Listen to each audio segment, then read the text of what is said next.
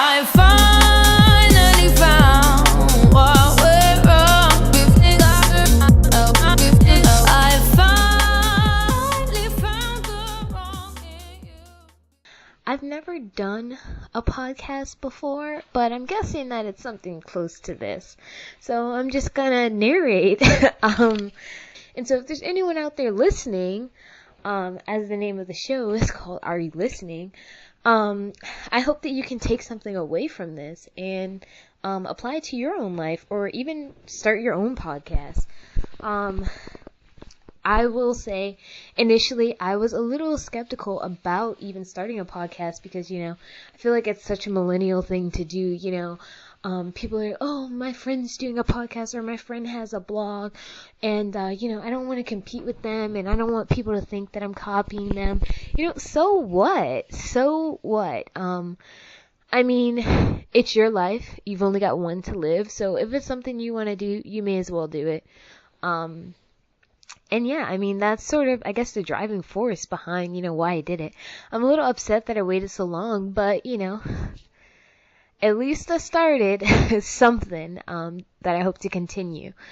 So, yeah, let's get this started. So, my name is Nia Christian. I'm not much of a party person, but I believe that words carry a strong, a pretty heavy weight, I'll say that. People say a picture is worth 1,000 words, and when you're able to bring, so many different words together in such a beautiful, significant, and poetic way, it's just this beautiful, breathtaking picture, and I always feel that I've had a craft with that. So I'll walk you through, the life as a millennial, my opinion on things. I like to say that I'm an old soul. I'm kind of a 40-year-old, maybe white man in the body of a 20-year-old black girl. But, we all have our quirks. So, yeah. So today, I actually ordered a book on Amazon, and it's called Unshakable by Tony Robbins. I haven't finished the whole thing yet, but, it seems pretty intriguing so far, most of the books do. He's talked about his previous book at least about 7 times, and at this point, I've never done it before, but I've just started skimming, past that. I'm like, filtering out all the stuff that's not information that I want to read or pay for.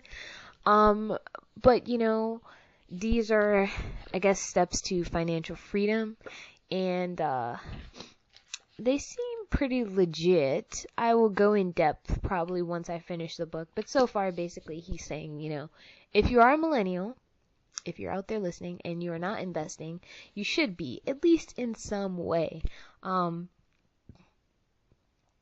mean, the later you start, the less chance you have of accumulating as much money as you could have had you started years ago. Actually, you couldn't. There's no way you could possibly accumulate more money if you had started investing earlier. Well, it's unless you have a time machine that the world doesn't know about. But sorry about that. I just had a moment. Have you ever had a dream that you had him to do you so much you could do anything? But you get the gist of what I mean. I think I do agree with him there. I don't think that people should, live their life out of fear of investing. It is a thin line between investing confidently and investing out of fear. Don't just invest because people tell you that you should. I definitely am a strong proponent in researching before you invest. I start with stocks. And it's funny because on the radio this morning, on my way to work, I heard, I think it was on Bloomberg, a reporter was saying that there was a study and they found that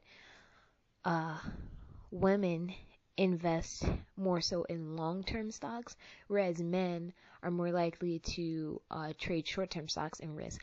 And there really is no major difference. I think a lot of people tend to, do what they call short-term trading because they may get scared.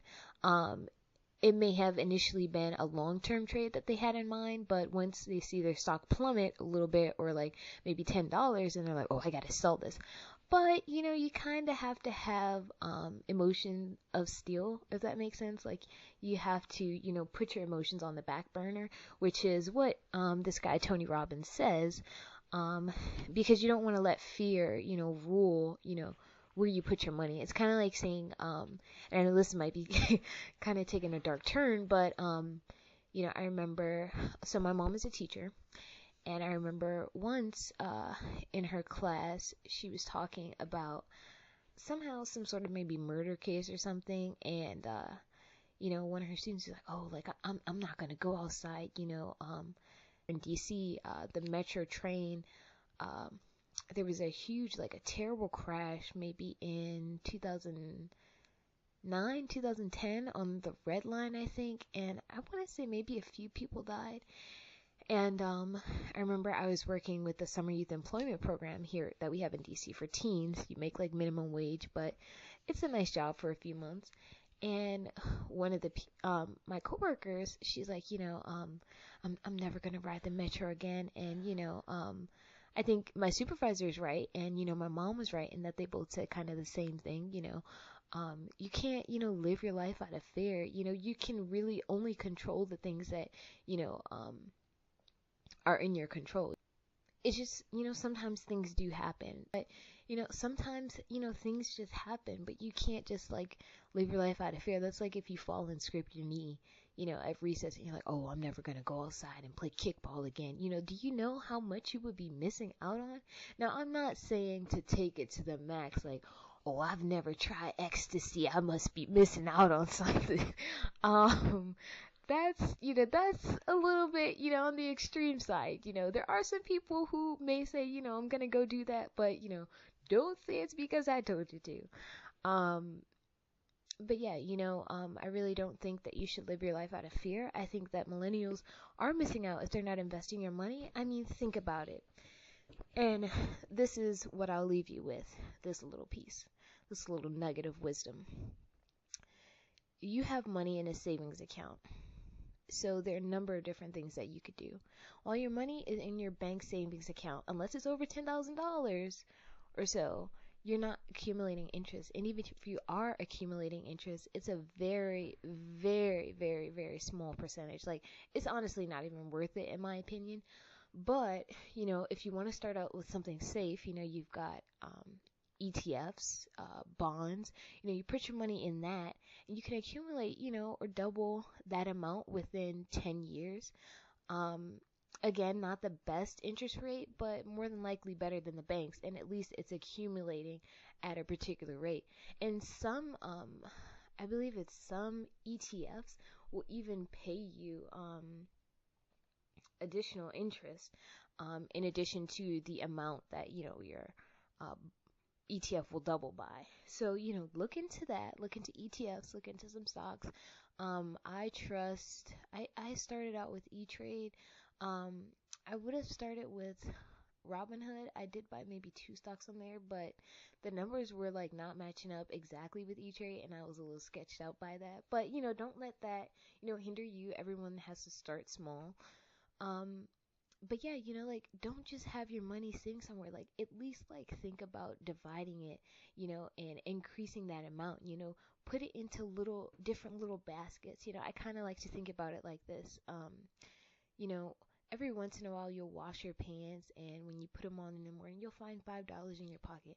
Now, imagine you're doing that, but with a larger sum, and it's just later down the road, I really want to talk about how I think Americans have such a huge problem, a major problem with delayed gratification. But we'll probably talk about that in the next podcast of Are You Listening?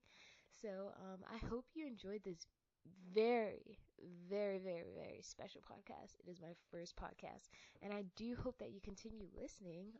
I really love just sharing this information with anyone who really wants to hear it or who may need to hear it.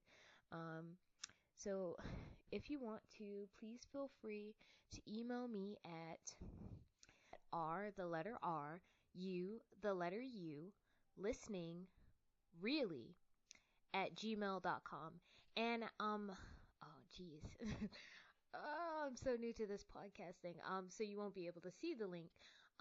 But I'll just say it one more time, just to, make sure that if you do want to send an email, with anything, except for bad stuff, just feel free to go ahead and email me. It's, again, the letter R, the letter U, the word listening, really, at gmail.com.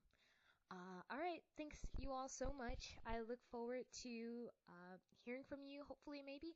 And please join me again on the next podcast of Are You Listening? I can't wait.